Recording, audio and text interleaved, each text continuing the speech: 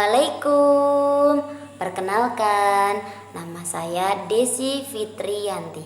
Saya mewakili teman-teman dari kelompok 1 untuk mempresentasikan hasil makalah kami, yaitu media pembelajaran berbasis TIK dengan judul Teori dan Konsep mengenai media pembelajaran anak usia dini.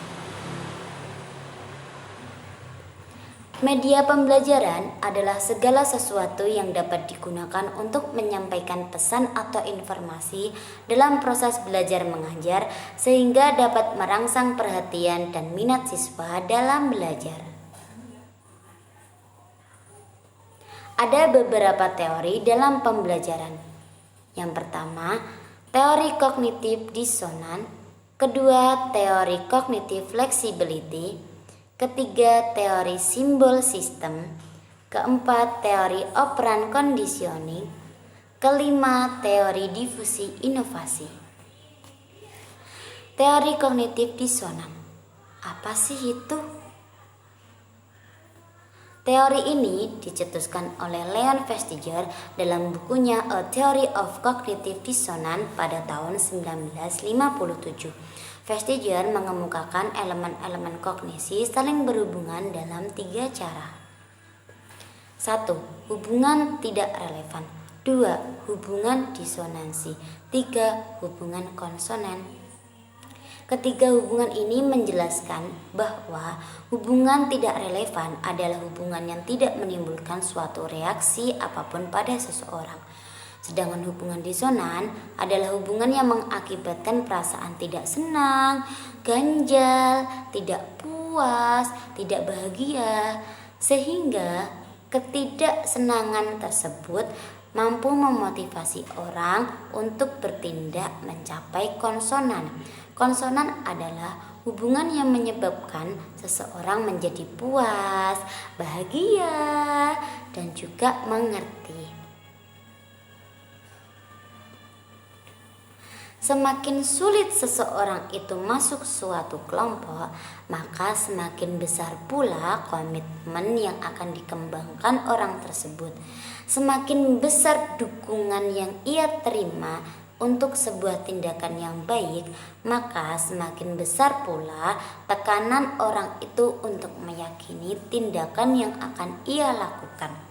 Contohnya, keyakinan itu mampu memotivasi seseorang untuk melakukan suatu hal. Contohnya adalah anak usia dini.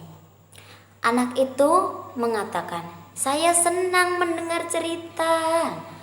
Karena apa? Karena anak itu yakin, anak itu memiliki keyakinan bahwa cerita itu membuat imajinasi.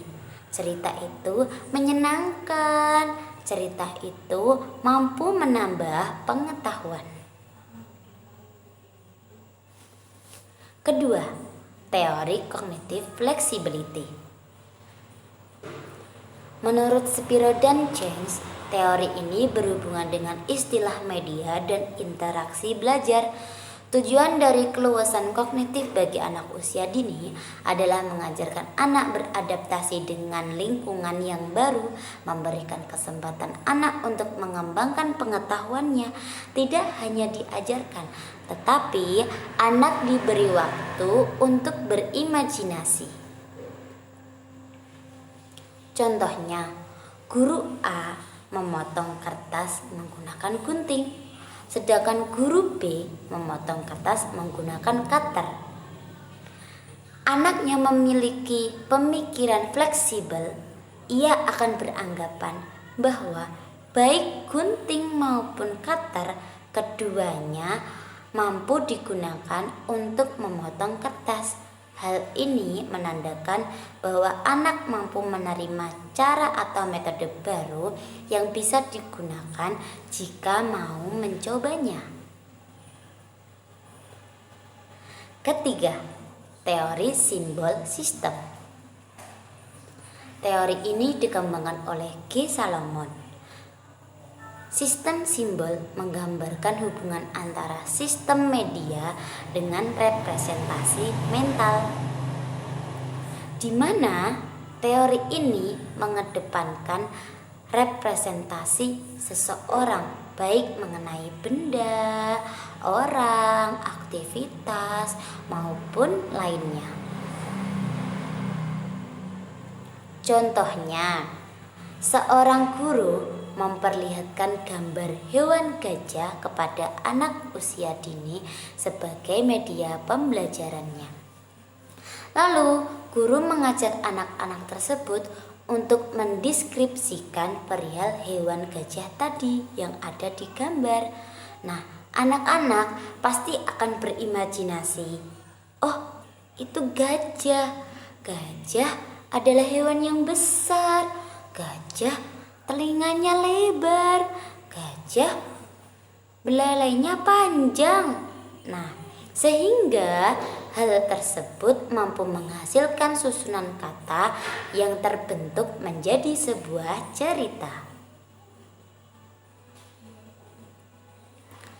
Contoh tadi menunjukkan korelasi atau hubungan timbal balik antara simbol media yang berupa gambar dengan representasi anak.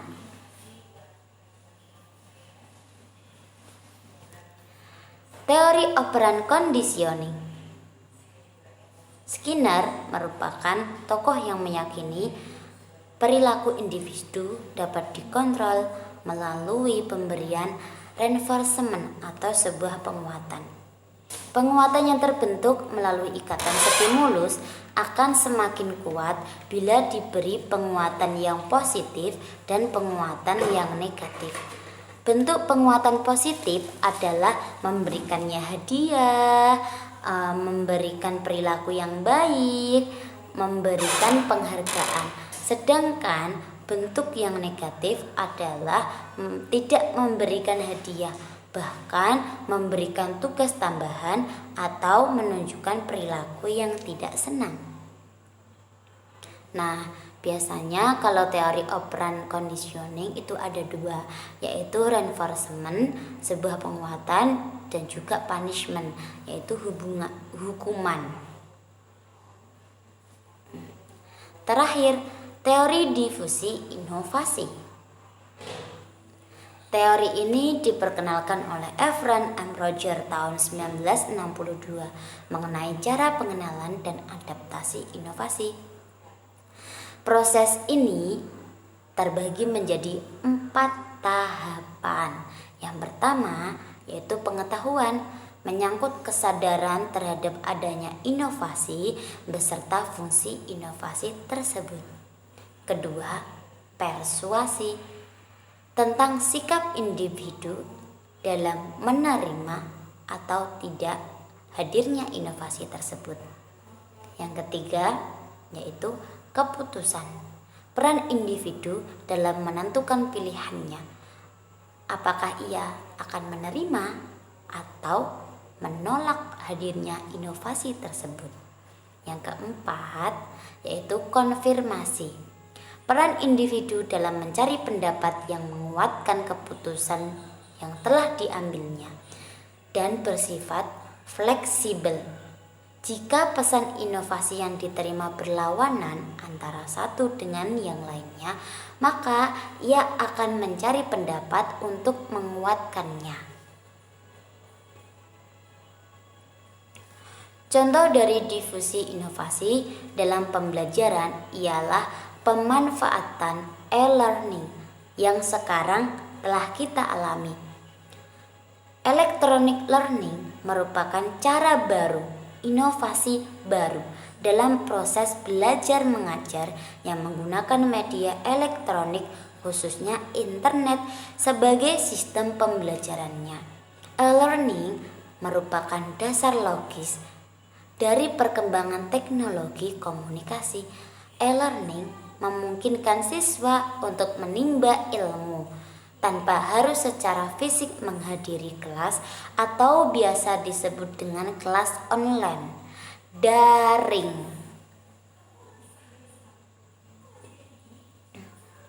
Manfaat media pembelajaran. Yang pertama, sebagai alat mempermudah guru dan siswa dalam pembelajaran. Kedua, memberikan nuansa baru dalam pembelajaran. Ketiga, mampu menumbuhkan motivasi dan meningkatkan hasil belajar anak. Keempat, meningkatkan pemahaman anak pada materi sebab materi telah disajikan secara sistematis. Berkesinambungan. Apa sih yang berkesinambungan dari pembahasan awal sampai sekarang? Nah, dapat kita simpulkan adanya teori, adanya media pembelajaran, adanya siswa, adanya guru. Semua itu merupakan satu kesatuan, berkesinambungan. Teori kita gunakan untuk menentukan media pembelajaran seperti apa yang akan kita gunakan. Untuk siapa? Untuk siswa. Siapa yang menjadi fasilitatornya? Yaitu guru. Jika kita learning atau daring, maka fasilitatornya adalah orang tua.